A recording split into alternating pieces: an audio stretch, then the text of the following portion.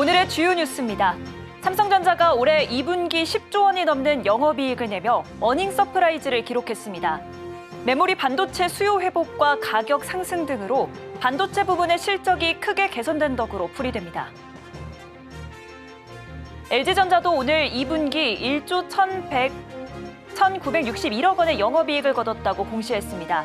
2분기 기준 첫 1조 원 돌파로 가전 구독 등 B2B 사업이 꾸준한 성장을 이어가며 사업 체질 변화의 성과가 나타나고 있습니다.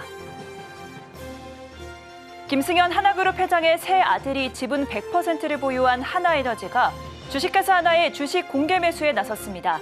그룹 정점에 있는 지주사 지분을 늘려 지배력을 강화하기 위한 수순으로 풀이됩니다. 김병환 신임 금융위원장 후보자가 오늘 기자 간담회를 가졌습니다. 김 후보자는 부채와 부동산 PF를 금융시장 최대 리스크로 꼽으며 주요 현안에 대한 생각을 밝혔습니다.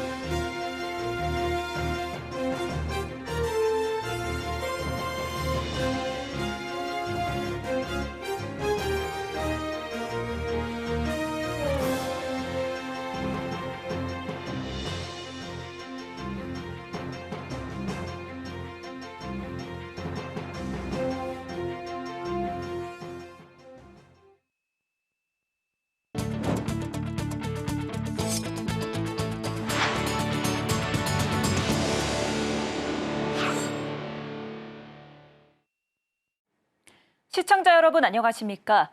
7월 5일 금요일 센 경제 라이브 시작합니다. 2분기 실적 시즌 포문을 연 삼성전자가 어닝 서프라이즈를 기록했습니다. 이에 주가도 화답하며 연중 최고치를 뚫었는데요. 신만전자 기대감이 커지는 가운데 하반기 전망과 핵심 포인트 짚어봤습니다. 김혜영 기자입니다. 삼성전자의 2분기 잠정 매출은 74조, 영업이익은 10조 4천억 원. 시장의 예상치를 뛰어넘는 깜짝 실적입니다. 1년 새 영업이익은 무려 15배 가까이 뛰며 2년 만에 분기 최대치를 나타냈습니다. 잠정 실적으로 부문별 성적이 발표되진 않았지만 메모리 반도체 시장의 호황으로 반도체 부문이 전사의 실적을 견인한 것으로 분석됩니다. 이제 시장의 관심은 주가의 향방입니다. 우선 증권가의 전망은 긍정적입니다. 상반기가 SK하이닉스의 시간이었다면 하반기는 삼성전자가 주도주로 자리매김할 것이란 전망입니다. 주가 향방의 키를 잡은 건 엔비디아의 품질 테스트 통과 여부입니다. 증권가는 하반기 통과를 점치며 지금이 매수 시기라고 조언합니다. 한국투자증권은 SK하이닉스와 마이크론만으로는 HBM의 수요를 맞출 수 없기 때문에 엔비디아는 삼성전자의 HBM 인증을 완료해야 할 강력한 이유가 있다며 삼성전자의 주가는 밸류에이션 매력도도 커 HBM 인증이 완료되면 주가는 즉각 상승할 전망이기에 지금 매수해야 한다고 분석했습니다. 삼성전자는 HBM 주도권 경쟁을 위해 개발팀을 신설하기도 했습니다. 다만 HBM 테스트를 통과한 이후 삼성전자가 생산하는 HBM 메모리의 불량률을 얼마나 낮추고 수율을 높일 수 있는지가 관건입니다. 주가 상승 여력도 높게 점쳐지고 있습니다. 실적 대비 주가 수준이 낮아 가격 메리트도 긍정적이란 평가입니다. 한국투자증권과 KB증권은 삼성전자의 목표 주가를 12만 원으로 높였습니다. 이외 증권사들 역시 10만 전자 달성이 가능하다는 게 증권가의 중론입니다. 이 가운데 외국인 투자자의 지분율도 높아지고 있습니다. 외국인의 삼성전자 지분율이 56%를 돌파하며 3년 반 만에 최고치를 나타냈습니다. 서울경제TV 김혜영입니다. LG전자가 연결 기준 올해 2분기 영업이익이 1조 1,961억 원으로 지난해 동기보다 61.2% 증가한 것으로 잠정 집계됐다고 공시했습니다. 매출은 21조 7,009억 원으로 작년 동기 대비 8.5% 증가했습니다. 매출과 영업이익이 모두 역대 2분기 최대 실적으로 영업이익은 2분기 기준으로는 처음으로 1조 원을 넘겼습니다. 계절적 성수기를 맞아 에어컨 판매가 크게 늘어나는 등 주력인 생활가전 사업이 동종 업계 대비 성장세를 보였고 냉난방공조와 전장, 가전구독 등 B2B 사업이 꾸준한 성장을 이어가며 사업체질 변화를 견인한 덕분으로 분석됩니다. LG전자는 고객관계 중심의 사업 방식 변화에 보다 속도를 낸다는 계획입니다. 최근 스마트홈 플랫폼 기업 애톰 인수를 마무리한 만큼 TV에 이어 생활가전 사업에서도 개인화, 서비스화 관점의 변화를 본격 추진한다는 방침입니다. 특히 가전 사업은 공간 솔루션 중심의 사업 패러다임 전환이나 고객을 배려하고 공감하는 공감지능 가전 확대에도 속도를 낼 것으로 관측됩니다. 김승현 하나그룹 회장의 새 아들이 지분 100%를 보유한 하나에너지가 그룹 지주사 하나의 주식 공개 매수에 나섰습니다. 예정된 주식을 모두 매수하면 김승현 회장에 이어 2대 주주가 되는데요. 그룹 정점에 있는 지주사 지분을 늘려 지배력을 강화하기 위한 수순으로 풀이됩니다. 삼형제의 승계 작업에 속도가 붙는 모습입니다. 김효진 기자입니다. 하나에너지가 오늘 주식회사 하나 보통주 600만 주를 주당 3만 원에 공개 매수한다고 공시했습니다. 하나에너지의 주식회사 하나 지분은 기존 9.7%에서 17.1%까지 확대되는 겁니다. 하나에너지는 김 회장의 장남 김동관 부회장이 지분 50%를, 차남 김동완 사장이 25%, 삼남 김동선 부사장이 25% 등 삼형제의 지분이 100%인 회사입니다. 삼형제가 하나에너지를 통해 그룹 정점에 있는 주식회사 하나의 지분을 확대해 지배력을 늘릴 수 있는 구조. 이번 공개 매수가 하나그룹 3세 승계 작업의 밑그림으로 해석되는 이유입니다. 아직까지 삼형제의 그룹 지배력은 크지 않은 상황. 주식회사 하나의 일대 주주는 지분 22.65%를 보유한 김승현 회장이고 김동관 부회장, 김동완 사장, 김동선 부사장이 지분을 일부 보유하고 있습니다. 하나그룹 관계자는 하나에너지는 주식회사 하나 지분 확대를 통해 하나그룹 전반의 지배구조 안정성과 투명성을 제고할 수 있을 것이라며 대주주로서의 책임 경영을 강화할 수 있게 된다고 설명했습니다. 재계에선 하나그룹 삼형제가 그룹의 주요 사업 부문을 나눠 경영하는 식으로 승계가 진행되고 있는 것으로 보고 있습니다. 김동관 부회장은 방산에너지, 김동원 사장은 금융, 김동선 부사장은 유통, 호텔 등을 맡고 있습니다. 일각에선 삼형제의 그룹 지배력을 더욱 높이기 위해 하나에너지의 기업 가치를 키워 하나와 합병하는 시나리오도 나오고 있습니다. 서울경제TV 김효진입니다. 김병환 신임 금융위원장 후보자가 오늘 기자 간담회를 가졌습니다. 김 후보자는 부채와 부동산 PF를 금융시장 최대 리스크로 꼽으며 주요 현안에 대한 생각을 밝혔습니다. 이연아 기자입니다. 신임 금융위원장으로 내정된 김병환 기획재정부 1차관이 오늘 오전 서울 중구소재 예금보험공사에서 후보자 신분 기자 간담회를 가졌습니다. 김 후보자는 고금리, 고물가가 이어지는 현 금융시장 내 리스크로 부동산 PF와 자영업자, 소상공인 부채, 가계부채, 제2금융권 건전성을 꼽았습니다. 김 후보자는 우리 경제와 금융의 과도한 부채 의존도가 경제 성장 제약 요인이 될 수 있다고 지적하며 부채 의존도 개선에 대한 강한 의지를 드러냈습니다. 외부의 충격이 왔을 때 우리가 과거에 경험을 해봤습니다만 이게 결국은 충격이 커지고 시스템으로 전이가 되고 뭐 이런 과정들이 있었습니다. 그래서 저는 큰 틀에서 보면 이제 이 부채에 의존하는 부분을 조금 더 다른 방식으로 좀 개선해 나가는 게 필요하다. 올해 하반기 가장 임박한 현안은 230조 규모 부동산 PF 연착륙과 구조 조정입니다. 김 후보자는 올해 상반기 마련된 부동산 PF 연착륙 방안에 따라 구조 조정을 진행할 계획을 밝힌 가운데 부동산 PF 관련 리스크를 우선적으로 관리하겠다는 입장입니다. 금융회사들이 진행 중인 부동산 PF 사업장의 사업성 평가가 이번 달 끝나면서 다음 달 PF 부실 사업장 옥석 가리기가 본궤도에 오르게 됩니다. 사업성 평가를 바탕으로 충당금 적립 수준이 정해지고 부실 우려 사업장은 상각이나 경공매를 통한 매각이, 정상 사업장에는 자금 공급이 제때 이뤄져야 하는 유동성 전쟁이 이뤄지는 시점으로 진입하는 겁니다. 거시경제 정책통으로 불리는 김 후보자가 내정됨에 따라 윤석열 정부 2기 경제팀이 새 진용을 갖출 준비에 한창인 가운데 하반기 경제 충격을 줄 수 있는 금융 현안에 대한 리스크 방어에 속도가 날 것으로 보입니다. 서울경제TV 이연아입니다. 건설 경기 불황에도 상반기 10대 건설사 정비사업 수주액이 10조 원에 육박한 것으로 나타났습니다. 이는 작년보다도 20% 늘어난 수준인데요. 하반기에도 알짜 정비 사업지의 시공사 선정이 예고돼 있어 수주 실적은 더 늘어날 전망입니다. 이지영 기자입니다. 올해 상반기 10대 건설사 정비사업 수주액이 10조 원에 육박한 걸로 나타났습니다. 공사비가 크게 오르며 주택사업 수익성이 악화하고 있는 상황에서 작년보다도 좋은 성적을 낸 겁니다. 건설업계에 따르면 올해 상반기 시공능력평가 상위 10대 건설사의 정비사업 수주액은 9조 8,260억 원입니다. 작년 같은 기간보다 약 20% 늘었습니다. 1위는 포스코인씨입니다. 3조 5,525억 원의 수주고를 올렸는데 작년 상반기 대비 약 54% 증가한 수준입니다. 2위는 현대건설입니다. 3조 3,059억 원을 따냈는데 1년 전보다 2배 늘었습니다. 3위는 롯데건설, 다음으로는 SK에코플랜트, GS건설, HDC 현대산업개발이 뒤를 이었습니다. 아직 실적이 없는 건설사는 대우건설과 현대엔지니어링, DLENC와 호반건설입니다.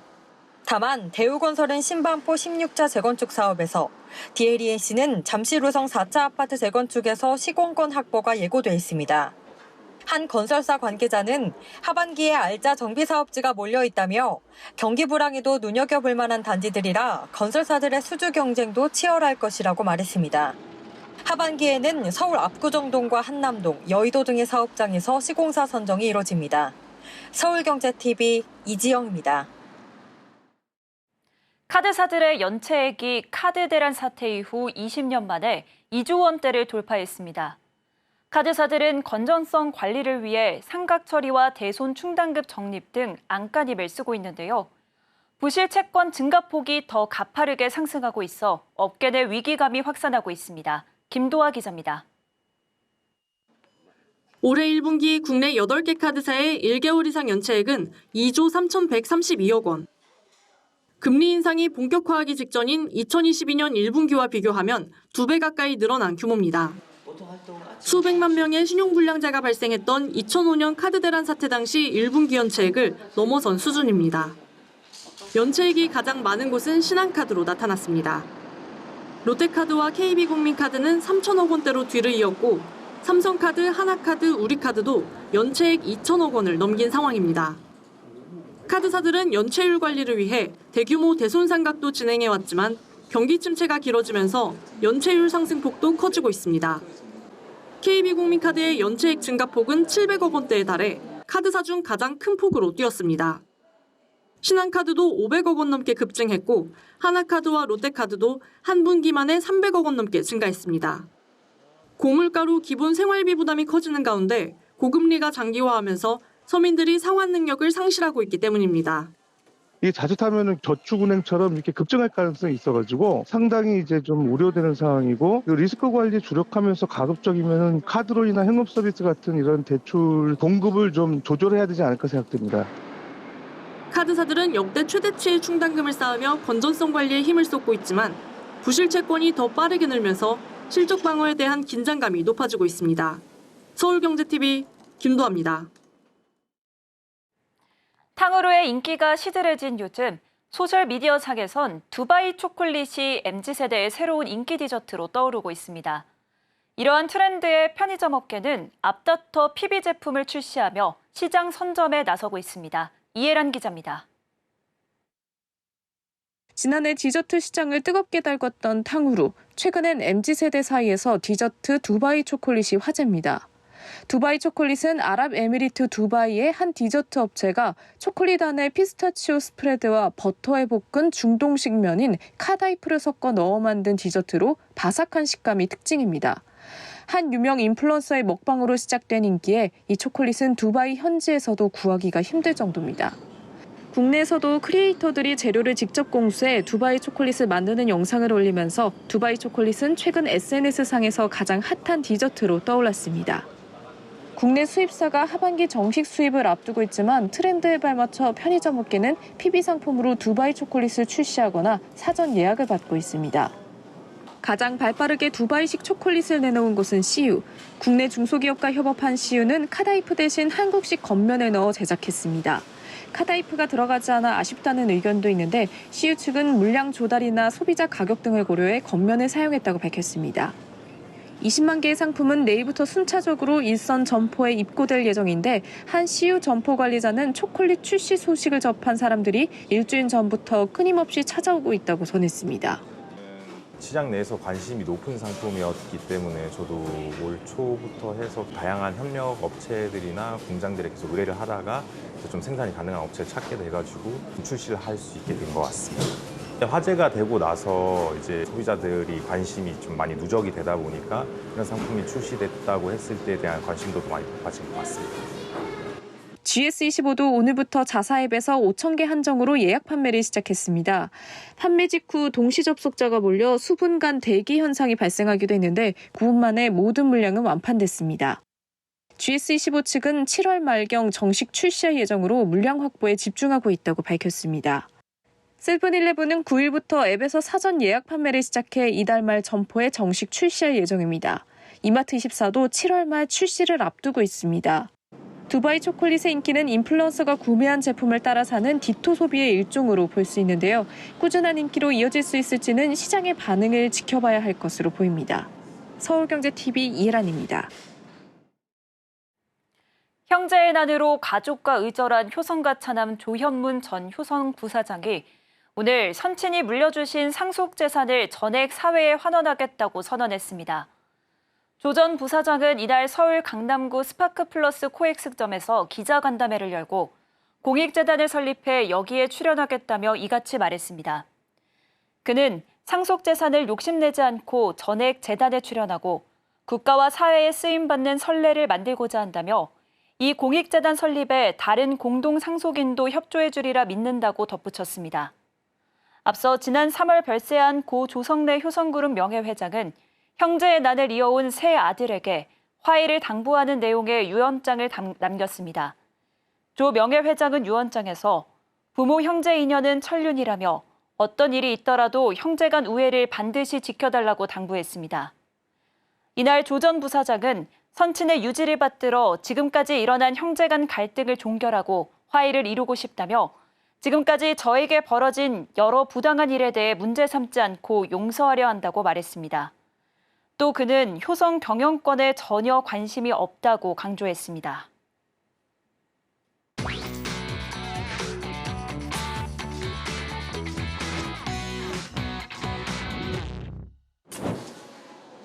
팔도가 양과 칼로리를 확 줄인 소식자 비빔면을 선보입니다. 소식자 비빔면은 130g인 기존 제품보다 20%가량 양을 줄인 103g이고 가격 역시 봉지당 200원 낮췄습니다.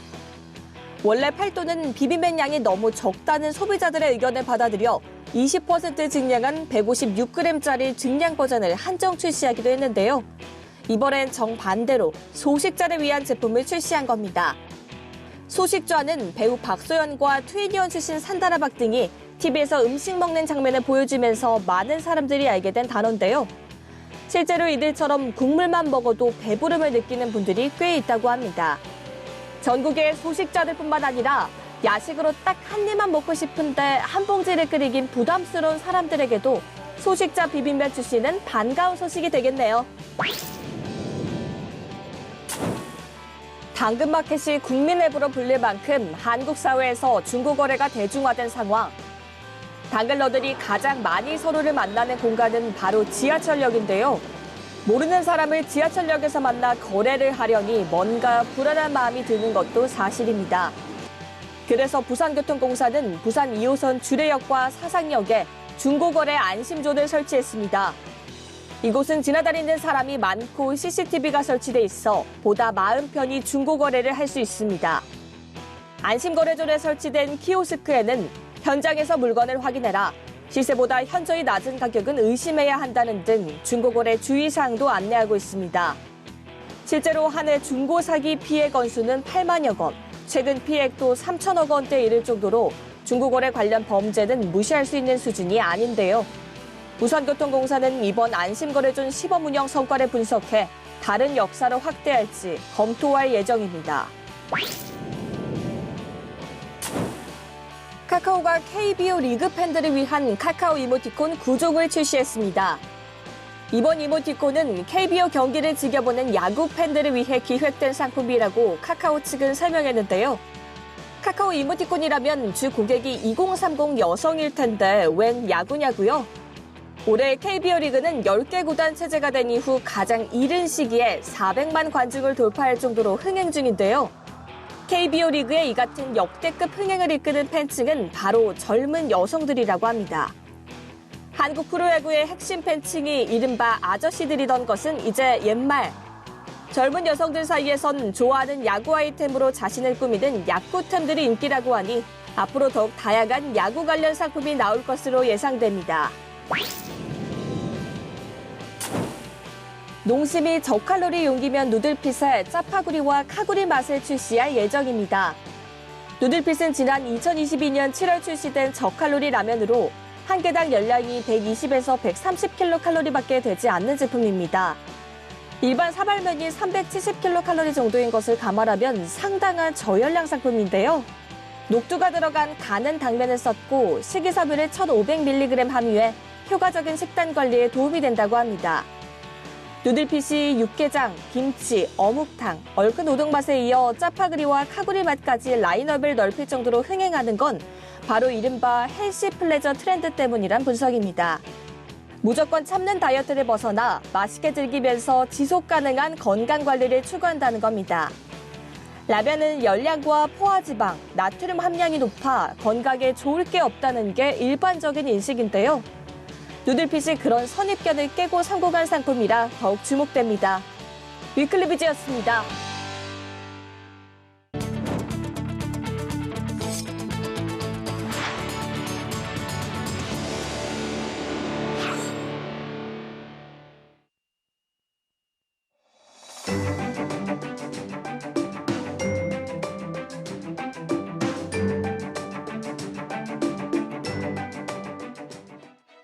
안녕하세요. K웨더 라이프스타일 예보 박선우입니다.